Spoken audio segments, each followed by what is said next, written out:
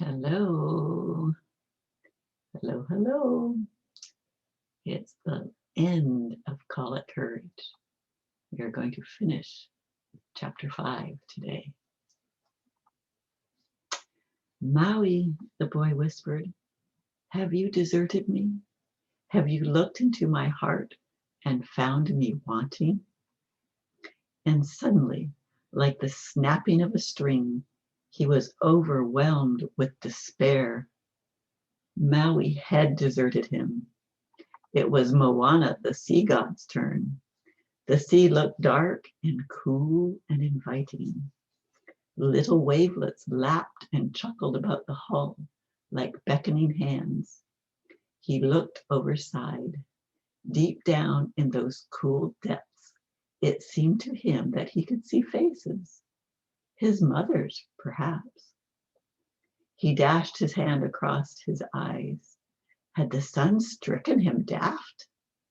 Had he been touched by moon madness? Then a wave of overpowering anger brought him to his knees. Anger at this dark element, this sea, which would destroy him if it could. His voice was thick and hoarse, his throat bursting with rage. Moana, you sea god, he shouted violently. You destroyed my mother. Always you have tried to destroy me. Fear of you has haunted my sleep. Fear of you turned my people against me. But now, he choked. His hands gripped his throat to stop its hot burning. Now, I no longer fear you, sea. His voice rose to a wild note. He sprang to his feet, flung back his head, spread wide his arms in defiance. Do you hear me, Moana? I am not afraid of you. Destroy me, but I laugh at you. Do you hear? I laugh. His voice, cracked but triumphant, shattered the dead air.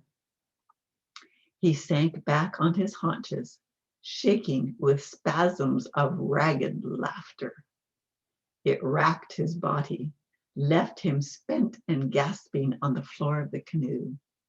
Yuri, whimpering softly, crept to his master's side. Off to the northeast, a haze of light glowed from the sea. Sometimes the lagoon of an atoll throws up just such a glow. It is the reflection of the lagoon upon the lower sky.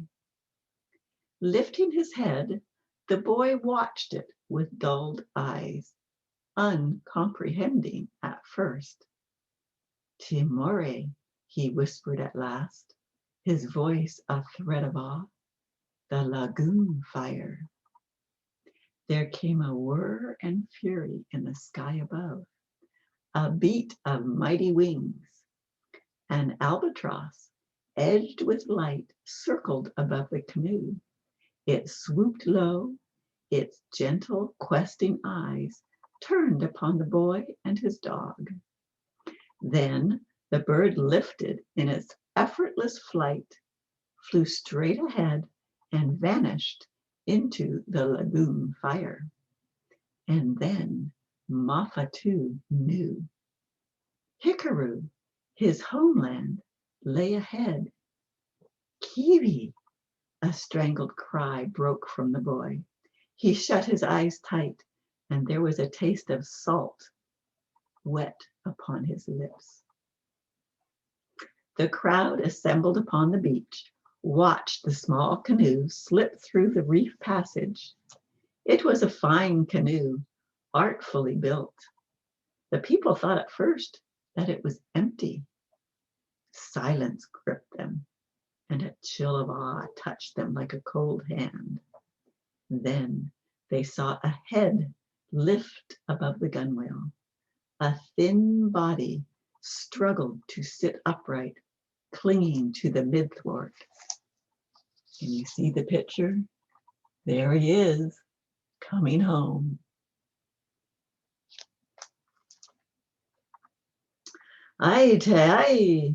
The cry went up from the people in a vast sigh. So they might speak if the sea should give up its dead. But the boy who dropped overside into the shallows and staggered up the beach was flesh and blood, albeit wasted and thin. They saw that a necklace of boar's teeth shone upon his chest. A splendid spear flashed in his hand. Tavana Nui, the great chief of Hikaru, went forward to greet the stranger. The brave young figure halted, drew itself upright.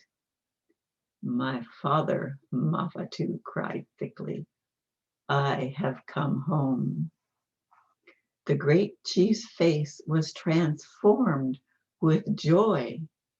This brave figure, so thin and straight, with the fine necklace and the flashing spear and courage blazing from his eyes, his son? The man could only stand and stare and stare and stare, as if he did not believe his senses. Then a small yellow dog pulled himself over the gunwale of the canoe, fell at his master's feet. Yuri. Overhead, an albatross caught a light of gold on its wings.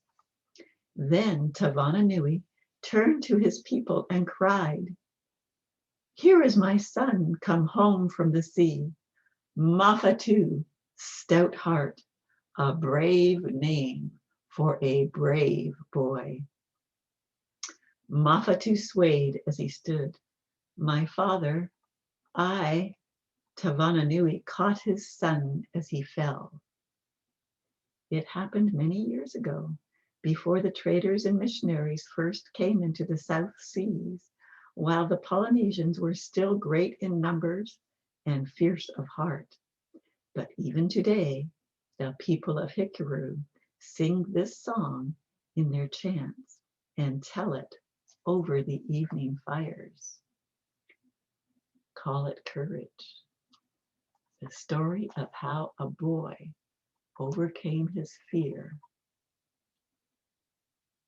and became a man. And isn't that what courage is all about? Overcoming our fears. Many times we are afraid to do something, afraid of what's coming up, afraid of the future, afraid to do something we don't know how.